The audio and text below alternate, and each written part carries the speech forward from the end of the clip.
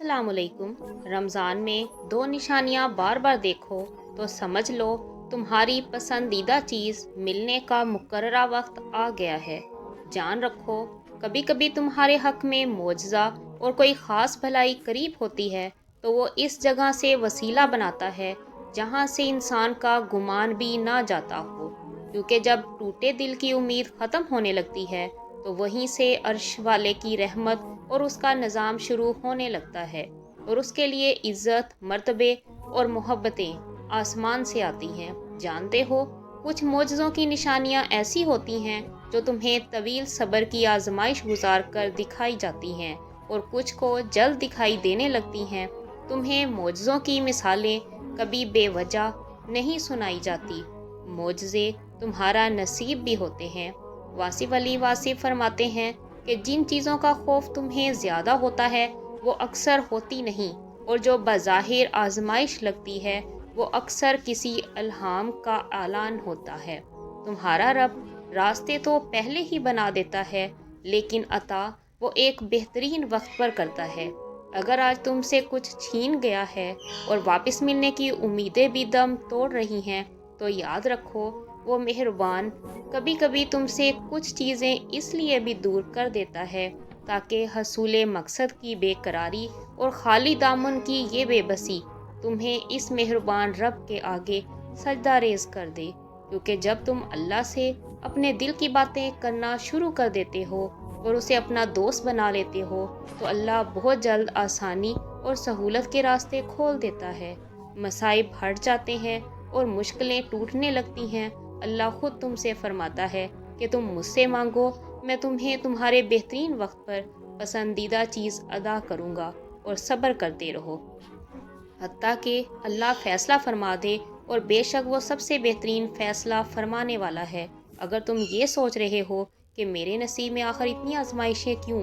میں ہی خالی ہاتھ کیوں ہوں، تو یاد رکھو کہ تمہارے رب نے ہر انسان کا نصیب اور اس کی تقدیر میں الگ الگ چیز لکھ رکھی ہے۔ ہر کسی کی خوشی اور غم کا سبب الگ الگ لکھا ہے۔ تم کبھی مایوس ہو کر کسی کے نصیب کو دیکھ کر اپنے نصیب کا فیصلہ مت کرنا، اور کسی کا اچھا دیکھ کر اپنے کم کا شکوہ مت کرنا، اور کبھی کسی کا برا دیکھ کر اپنے اچھے ہونے کا دکھاوا نہ کرنا، بلکہ اس پر اور یقین کے ساتھ پابند رہنا، کیونکہ تم سے چھین کر کسی کو نہیں ملے گا اور کسی سے چھین کر تمہیں نہیں ملے گا۔ یاد رکھو، اللہ کے خزانے لامحدود ہیں اور ان میں کوئی کمی اور غلطی کی گنجائش باقی نہیں ہے۔ جو اندیشے آج تمہیں لاحق ہیں اور جن آزمائشوں سے آج تم گزر رہے ہو، اگر تمہیں لگتا ہے کہ یہ کبھی ختم نہیں ہوں گی تو سنو، اللہ خود تم سے فرماتا ہے کہ جو لوگ ہمارے راستے میں مشقت برداشت کرتے ہیں ہم ان کو اپنے راستے ضرور دکھائیں گے، اور بے شک اللہ خلوص والوں کے ساتھ ہے۔ اگر آج تمہیں کسی چیز کو کھونے کا دکھ یا کسی کو پانے کی خواہش تمہیں تکلیف میں ڈالے ہوئے ہے تو سنو، واصف علی واصف فرماتے ہیں کہ تم چھوڑ جانے والے کو اپنے غصے، غضب اور رنج و عالم دکھا کر کبھی مطمئن نہ کرنا۔ وہ تو چاہتا ہے کہ تمہیں افسردہ رکھے، تم اس کے اس دیرینہ خواہش کو کبھی پورا نہ کرنا کہ ہو سکتا ہے کہ کوئی راہ نکل آئے،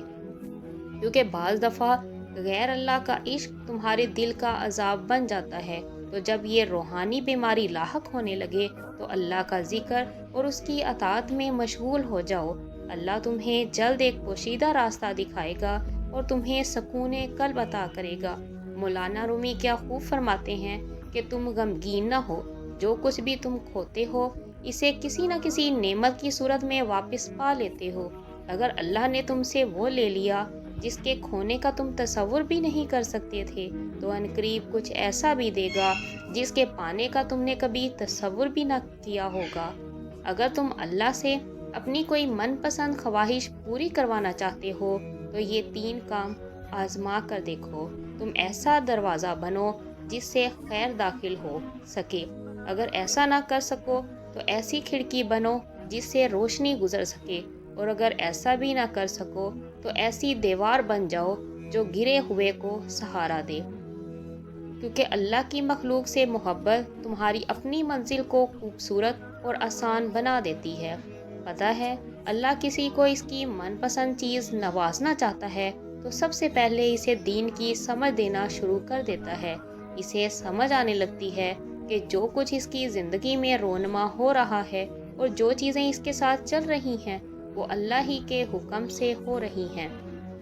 پھر بندے کا ایمان اس بات پر اور بھی پختہ ہونے لگتا ہے کہ چاہے کچھ بھی ہو جائے میرا رب مجھے گرنے نہیں دے گا، میرا رب ایک بہترین راستہ مجھے دکھائے گا۔ تو جان رکھو کہ یہ اشارہ ظاہر کرتا ہے کہ تم ہی وہ خوش قسمت ہو جس سے اللہ راضی ہو چکا ہے، کیونکہ وہ اللہ کا خاص بندہ ہے جو اس کی آزمائشوں کو صبر سے گزار کر عنقریب وہ نعمت پانے والا ہے جو اس کے رب نے اس کے آنسوؤں اور صبر پر عطا کی ہے۔ یہ سب اللہ کے منصوبے ہیں اور اس کی تم سے محبت ہے۔ اللہ قرآن میں خود تم سے مخاطب ہے، اور جو شخص اپنے آپ کو اللہ کا فرما بردار بنا لے وہ نیکوکار بھی ہو تو اس کا اجر اسے ضرور ملے گا، اور جن لوگوں نے نیک عمل کیے ان کے لیے ایسا اجر ہے جس کا سلسلہ کبھی ٹوٹنے والا نہیں، اور ایسے لوگوں کو نہ کوئی خوف ہوگا اور نہ وہ غمگین ہوں گے۔ پتہ ہے من پسند عطائیں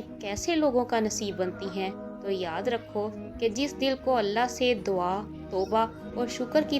توفیق ملنے لگے وہ قبولیت اور نعمت سے کبھی محروم نہیں ہوگا، کیونکہ تکبر سے پاک گفتگو، لالچ سے پاک خدمت اور خود غرضی سے پاک دعا معجزے کی بڑی دلیل ہے، کیونکہ اللہ اس کی مانتا ہے جو اللہ کی مانتا ہے، اللہ اس کی خواہش کو عزیز رکھتا ہے جو اللہ کو عزیز رکھتا ہے، اللہ اس دل کی دعا پر راضی ہو جاتا ہے جو اس کی رضا پر راضی ہو جاتا ہے، اور یہی وہ بڑی نشانیاں ہیں جو تمہاری من پسند چیزیں تمہیں اللہ کے در سے بآسانی دلوا سکتی ہیں۔ ہو سکتا ہے اس آزمائش کے ذریعے اللہ تمہیں خود سے قریب کرنے کا موقع دے رہا ہو، ممکن ہے اس صبر کے بدلے تمہارے لیے وہی کچھ مقرر کیا ہو جس کی دعا تم اللہ سے بار بار مانگتے ہو سکتا ہے تمہاری تمام تر رکاوٹیں کسی معجزے کا وسیلہ ہوں اور اللہ تمہاری دعا قبول کرنے ہی والا ہو۔ قرآن میں اللہ تمہیں خود اس کا اشارہ دیتا ہے، اور تمہارا رب تنگی کے بعد آسانی و فراغت بھی کر دے گا، اور پھر وہ تمہاری من پسند چیز تم تک لائے گا مقررہ وقت پر کہ تم حیران ہو جاؤ گے۔ مطمئن ہو جاؤ اور اپنے آنسوؤں کو صاف کر لو، کیونکہ تمہارا بے شمار توکل اور بے شمار دعائیں تمہاری خزاں بری زندگی میں وہ بہار لانے والی ہیں جو تمہاری کہانی کو خوبصورت حقیقت میں بدل کر خوشیوں کا جہاں ادا کرے گی انشاءاللہ۔ میری دعا ہے کہ اللہ اس رمضان کے صدقے آپ کی ہر حاجت، ہر مراد پوری کرے، اور جن مشکلات سے آپ گزر رہے ہیں اللہ جلد ختم کر کے آسانی کے راستے کھول دے اور آپ کی ہر دعا قبول فرمائے، آمین۔